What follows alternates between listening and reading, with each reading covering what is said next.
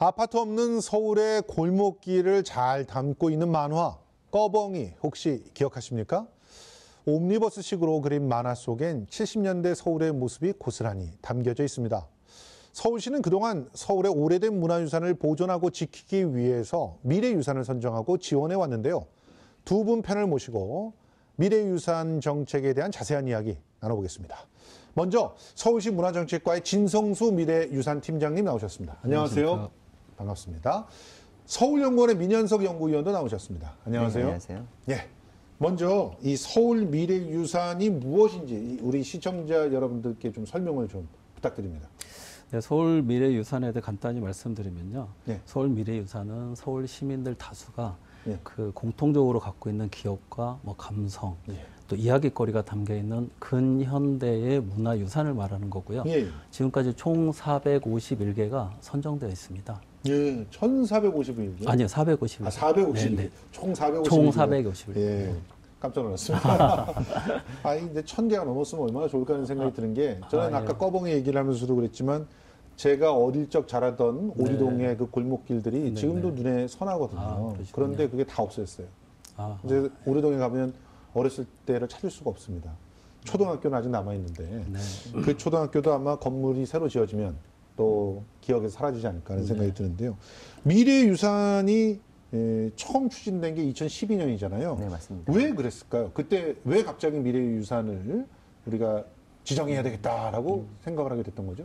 사실은 2012년에 개포지구 아파트 재개발이 굉장히 하나의 이슈로 등장하게 됐습니다. 그때 이제 시장님께서 이제 구두지시로 그래도 아파트 한 동은 보존해가지고 연탄 아궁이라 썼던 그런 아파트의 흔적을 남기는 게 어떻겠느냐라는 말씀을 하셨어요. 그리고 물론 그러한 의견 제시는 주민들이 제안을 하신 것입니다. 그래서 이렇게 재개발로 사라져가는 이런 상황에서 그런 추억들을 보존하는 것이 의미 있다 생각해서 그때 미래유산이 시작된 걸로 알고 있습니다. 아, 그래서 이 개포 재개발이 서울에 굉장히 큰 선물을 또 해준 게 있네요. 네. 자, 그러면 본격적으로 얘기를 하기 전에 먼저 노래를 잠깐 들어보도록 하겠습니다. 자, 들어볼까요?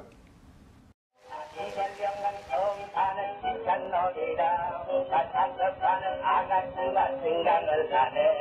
이 세상에 예로이 없는 상대가 어디지? 나 깎아대자고 졸라대니 어디가 진짜야?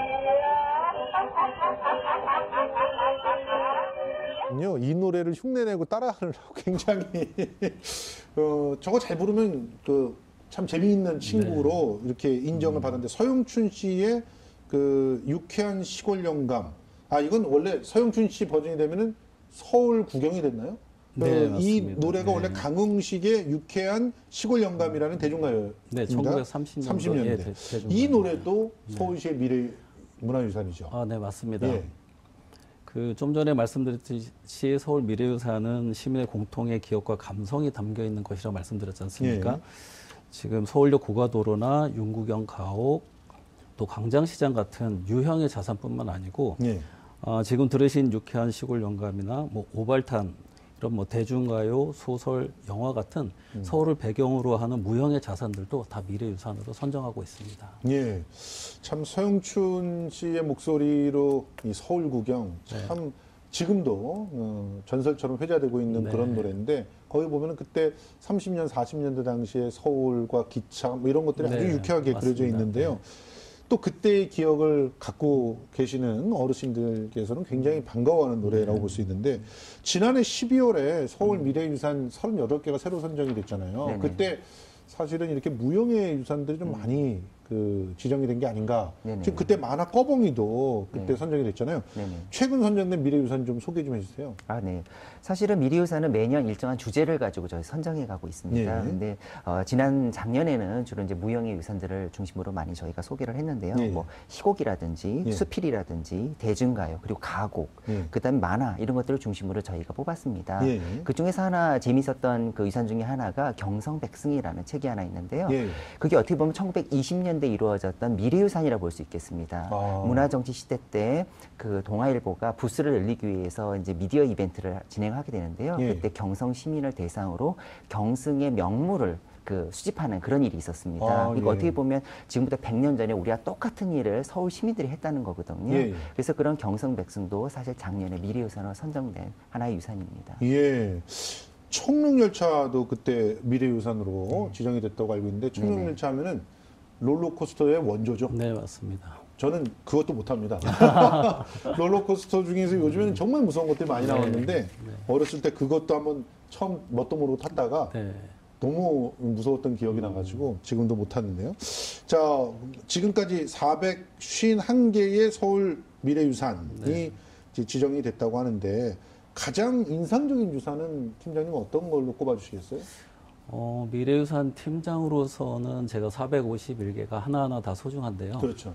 좀 전에 말씀드렸듯이 저도 이제 서울 시민의 한 사람으로서 그 하나를 뭐 굳이 꼽으라고 하면 제 기억과 추억이 담겨 있는 그 청룡열차를 저는 꼽고 싶습니다. 아, 예. 네, 어린 시절에 그 어린이 대공원 가서 맞아요. 그 청룡열차 탔을 때의 그런 어떤 설레임과 예. 짜릿함 이런 것들이 가끔 생각나거든요. 그렇죠. 네. 사실은 청룡열차 앞에 긴 줄이 항상 늘어서 있었고 네. 타기가 굉장히 어렵습니다. 예.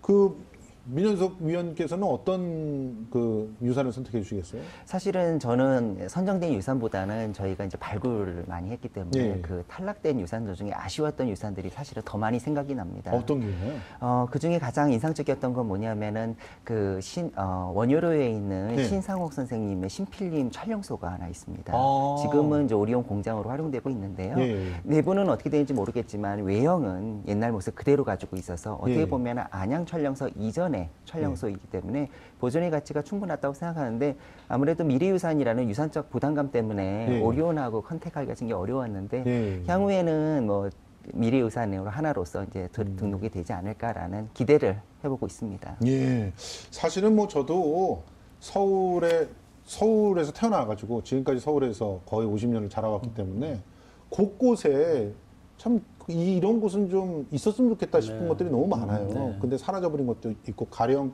핫땡땡이라고 하는 곰탕집이 옛날에 을지로 골목에 그 아름드리 소슬대문처럼 이렇게 딱 돼가지고 그 안에 딱 들어가면은 바로 그냥 번들번들해서 미끄러질 것 같은 타일에 막 그냥 막 만든 책상 같은 그런 상에서 먹었잖아요. 롯그릇을. 그런 것들도 너무나 우리의 그 모습을 갖다 담고 있는 정치라고 생각하는데 네. 지금 명동으로 옮겨놨는데 가보면은 네. 그런 느낌이 전혀 없거든요. 그래서 안 가게 되는 그런 생각이 드는데 자, 일단 서울 미래 유산 어떻게 선정되는 겁니까? 왜 이렇게 탈락하는 것들이 생기고 그 선정된 것들을 보면은 탈락한 것하고 비교했을 때 또 뭐가 특별해서 선정됐지? 이런 생각을 하는 것들이 많거든요. 먼저 이제 선정의 기준은 딱히 없습니다. 그러니까 가장 중요한 건 아까 팀장님도 말씀하셨지만은 서울 시민과 함께 공유할 수 있는 공통의 기억과 감성을 가지면 이제 무엇이든지 서울의 미래유산이 될 수 있는데 다만 그 저희가 선정을 할 때 고려하는 것은 이것이 서울 시민과 공유할 수 있는 것인가와 그다음에 소유자가 진정으로 미래유산을 선정되기를 원하는가가 중요한 키포인트입니다. 그래서 소유자가 원하지 않으면 애석하게도 미래유산이 될 수는 없습니다. 그게 정말 안타깝네요. 네. 그러니까 시민들이 아무리 미래유산으로 제안을 한다 그래도 네. 소유자가 나는 싫어. 여기 없애고 그냥 새로 올릴 거야. 그럼 끝난다는 거 아니에요. 네, 맞습니다. 근데 한편으로는 소유자의 부담감을 내려놓는 거기도 합니다. 그러니까 유산이라고 하면 유산적 가치 때문에 굉장한 부담감을 갖고 있는 것 또한 사실입니다. 네. 그래서 사실 미래유산 자체가 그 문화재라는 부담감을 좀 내려놓고 문화재라는 것은 우리가 늘 함께 우리 곁에 있는 가벼운 것이다라는 것에 접근하는 것이 더 포커스가 있기 때문에 예. 의견을 존중하고 있습니다. 하기는 뭐 예전에 유산을 지정한다는 그런 초기에는 네. 미리 문화재가 될까봐 맞습니다. 먼저 막 없애버리고 그 맞습니다. 지정하는 심사하는 중에 막 없애버리고 그런 적도 맞습니다. 있었잖아요. 그러니까 네. 그런 부작용을 좀 없애보자. 네네. 그래서 소유주의 의견을 최우선적으로 또 고려한다는 것이군요. 네네. 자, 이제 미래유산으로 선정될 때 이런 부담감이 있다면 네. 그 부담에 걸맞는 어떤 지원들이 있어야 되지 않을까요? 혜택이라든가. 그러면은 부담에서 조금 자유롭게 내 재산 중에서 이 부분 정도는 미래유산으로 한번 공유하고 싶다. 이렇게 나올 수도 있지 않을까요? 기본적으로 서울 미래유산 보존은 그 소유자의 자발적 보존을 원칙으로 좀 하고 있습니다. 아. 네. 그 문화재와 같이 직접적인 어떤 지원의 혜택을 받을 경우에 또 본인들이 해야 되는 어떤 그 뭐 의무감 이런 것들이 생길 수가 있거든요. 예. 아까 민 박사님 말씀하셨듯이 그런 의미에서 지금은 그 그 소유자의 어떤 자발적 보존 원칙으로 하고 있는데요. 예. 일단 미래유산 선정이 되시면 저희들이 인증서를 좀 구입해 드리고요. 예. 거기다 이제 동판을 또 설치를 해드립니다. 미래유산이란 동판. 그리고 미래유산 홍보를 좀 해드리고 있고요. 예. 다만 이제 미래유산을 그 계속적으로 이제 그 선정하다 보니까 이제 멸실, 훼손에 대한 어떤 사회적인 그 우려 이런 예. 시각들이 있습니다. 그래서 올해부터 미래유산에 대한 어떤 소규모 수리라든가 환경 개선 사업 그리고 또 개별 홍보와 같은 지원 사업을 좀 시범적으로 시행하고 있습니다. 예. 아니 해외에는 그 이런 미래문화유산 같은 것들 지원하고 그 또 보존하려고 하는 노력들 꽤 있지 않습니까? 외국에는 그런 노력들이 굉장히 많은데요. 네. 사실은 우리 미래유산하고 똑같은 것은 사실 없습니다. 그래요? 지난번에 한번 심포지엄에 갔었었는데 그때도 유네스코 위원들이 굉장히 높게 평가를 하더라고요. 왜냐하면 지금까지 기억유산을 보존한다는 말이 학계에서 있었지만 실제로 정책적으로 적용된 사례는 아마 세계에서 처음이 아니냐라는 긍정적인 말씀을 많이 하셨는데요. 네. 종류의 장르에 따라서 이제 접근하는 방법들이 조금씩 다르지만 네. 그 중에서도 오래된 가게, 상점들을 지원하는 사례들을 살펴보면 중국의 경우 우리 아주 알 수가 있습니다. 중국은 어떻게 보면 문화 강국이라고 할 수 있는데요. 걔네들은 중화 로자오라는 명패를 이제 동판과 인증서를 제공을 하고요. 이 오래된 가게의 경우에는 이제 정부가 나서서 직접 홍보나 전시회 같은 것도 지원해주고 있고요. 그다음에 해외 바이어를 위한 지원도 함께 하고 있습니다. 브로셔를 제작하고 있고요. 그다음에 또한 중요한 것은 중국인들의 로자오에 대한 사랑입니다. 무한한 신뢰를 보여주고 있는데 그만큼 시민들의 인식 가치를 얻었다고 볼 수 있겠습니다. 그렇군요. 그런데 2013년 서울 그 미래유산 처음 선정된 이후에 대표적인 미래유산 중에 하나였던 공시책방 네. 밀려났고요. 건물주에서 쫓겨났고. 네. 저는 그 세실극장 네. 여기도 미래유산이었는데 지금 밀려날 위기에 있다가 겨우 최근에 네. 다시 이어져 나가게 됐거든요. 네, 네. 서울시의 노력에 네, 네, 의해서. 네. 이런 일들이 왜 벌어지는 거예요? 공식재판 그 경우에 대해 좀 말씀을 드리면 이게 좀 젠트리피케이션으로 좀 사회 현상으로 이해를 하셔야 되는데요. 건물 소유주가 그때 당시 이제 좀 바뀌셨습니다. 예. 바뀌셔가지고 건물 소유주가 좀 사정이 있으셨는지 그 중고 책방으로서의 어떤 감당하기 좀 힘든 임대료의 급격한 상승이 있었고요. 예. 그래서 이제 명도 소송도 뭐 진행되고 하다가 결국에는 이제 공식 책방이 그 이전을 하게끔 됐는데. 마침 다행스럽게도 우리 그 장수 막걸리를 좀 생산하는 그 서울 탁주 협회라는 그 기업에서 여기도 네. 이제 그 2016년도 미래유산으로 지정된 기업이거든요. 네. 네.